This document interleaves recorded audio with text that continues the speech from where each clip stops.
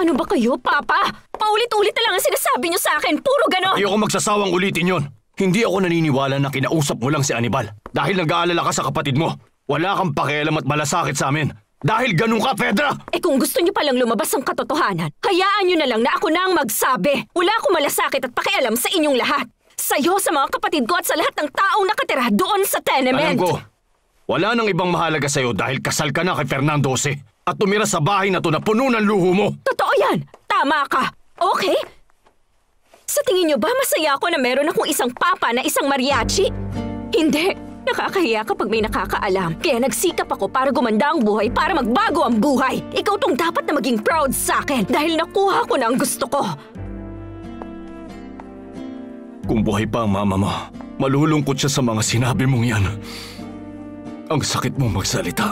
Kung ayaw niyo nang masaktan, huwag niyo akong puntahan. Huwag niyo akong hahanapin kahit kailan. Isipin niyo na lang na wala ako.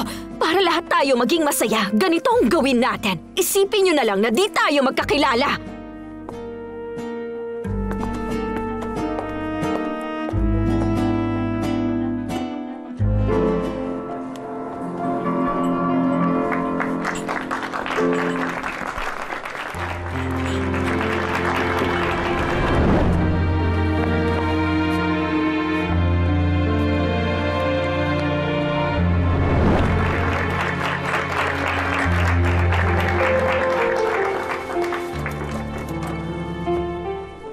Fernando Jose, alam mo yung you?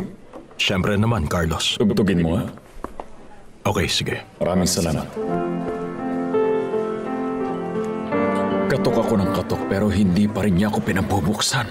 Hindi ko alam ang gagawin, Berta. Desperado na talaga ako. Pabago-bago talaga ang isip ni Senyora Veronica.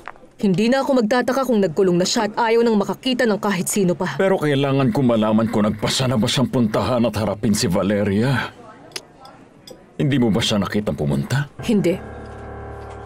Inubos ko ang lahat ng libreng oras ko dun sa puntod ni Alfredo. Basta. Kahit ano pa ang mangyari, kailangan ko siya makita. Nasaan na kaya siya? Nasaan siya? Ang pagkakatanda ko, hindi ka na ulit hihingi ng pera kahit konti. Bakit ngayon ang hihingi ka? Kahit matatalino, nagbabago ang isip. Di ba, partner? Huwag mo akong tawagin ng ganyan. Oo, tinulungan mo ako nung gabing yon para mawala na ang bangkay ni Miserias. Pero walang mababago sa atin. Kung ano ka man sa akin at kung ano ako sa'yo. Oo nga pala, sa tingin ko kailangan mo akong bigyan ng konting pera. Alam mo kung bakit? Dahil dalawa na ang sikreto mo. Ang una, anak mo si Abril.